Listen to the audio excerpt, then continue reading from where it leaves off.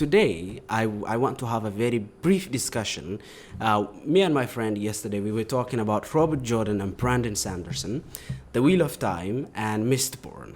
And so which one has a better magic system?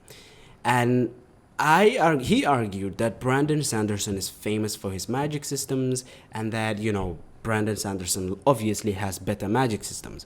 But I stood opposing that particular view, specifically when it comes to Mistborn versus, let's say, the Wheel of Time channeling, because I think channeling from the Wheel of Time leaves Mistborn in the dust with Allomancy.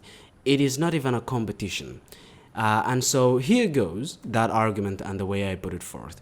And you can argue down in the comments below which one do you think has a better magic system, Mistborn or the Wheel of Time, or in general, Robert Jordan or Brandon Sanderson. Now, in this particular discussion, there is a huge, fat problem. I love banging the table whenever I'm recording. Anyway, so there is a huge, fat problem with Sanderson's Allomancy from Mistborn, and it is that Allomancy is a very dry. It is a very dry magic system. It feels like, sand. It feels like, rubbing together papers.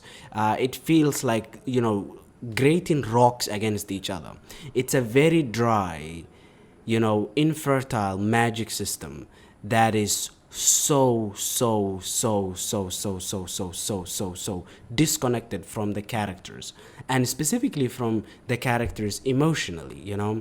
So oftentimes one of the things that I love and one of the things that I really obsess about is I love fantasy authors to have the fantasy help them tell the story. So what does that mean? Take a look at Lord of the Rings, right?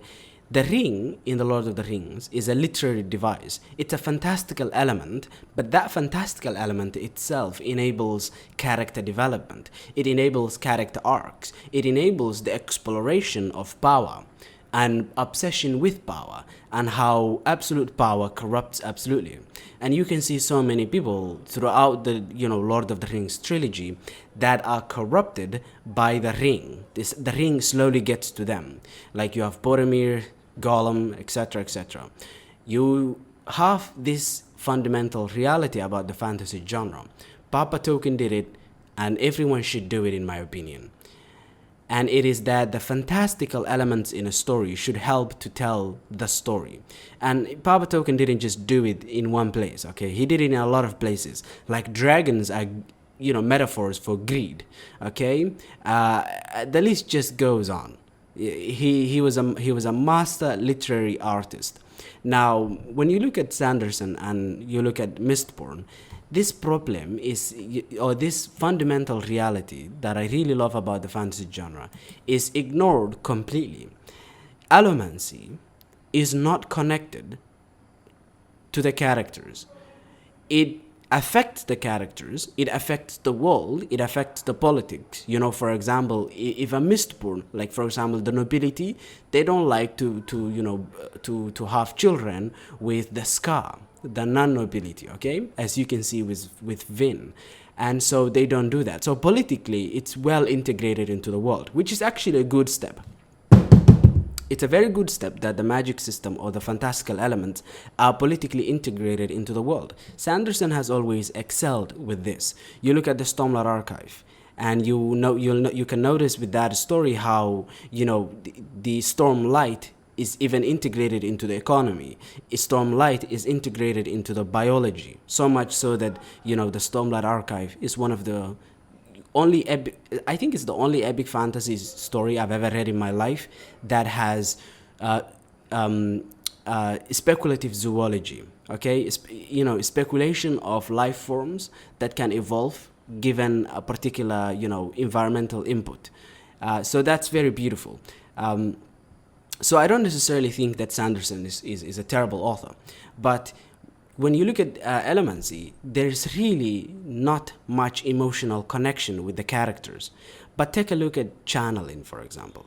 You can notice how, if you could, for example, if you're a man, you can go insane. Okay, if you tap a lot of the into the one power too much, you can actually end up going insane. And you look at the character of Randall Thor, and there's this beautiful dilemma, the character dilemma that is created for Randall Thor, and it is that he is the chosen one. He's the dragon reborn. He needs, and he has to save the world from the dark one.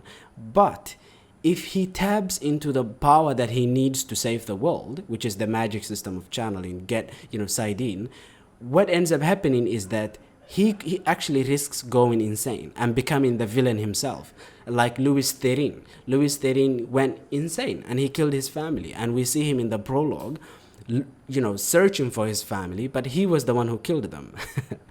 Absolutely insane guy. And so he went completely mad because he tapped into Saidin after it was corrupted by the Dark One. And that creates this beautiful character dilemma for Randall Thor. So much so that this fantastical element is itself like the ring. You could think of the magic system channeling as the ring, The more power you tap into, the more you risk becoming corrupted. So the power, absolute power, can absolutely corrupt you. And it's a beautiful literary device. And I love it that the fantasy of the Wheel of Time is used to explore these interesting human dilemmas. It's not just awesome, it's not just cool. It is all of those things, but it's not just those things, There's beautiful storytelling going on here.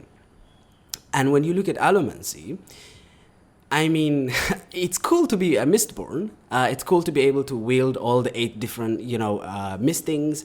It's cool to wear this cape, to do this stuff that Vin ends up doing. It's also awesome to really witness Vin, develop as a character externally. In other words, learn the magic system of Allomancy. And so those things are cool, but they're just cool. The Wheel of Time happens to have those things, the cool things, but on top of that, it has these literary elements. And so, in my opinion, the magic system in the Wheel of Time is not just better. It's far superior to the Allomancy. I know a lot of people really love Allomancy, a lot of people respect it, but there is just so much that is missing from Allomancy. It does not compete with the greats, It doesn't really compete with the greats. And to that extent, it is only a magic system that can be comparatively used. Okay, it cannot be used by the author to give the characters character arcs unless you are talking about learning the magic system, which, come on, the Wheel of Time also does that. In other words, it is missing something that the Wheel of Time has.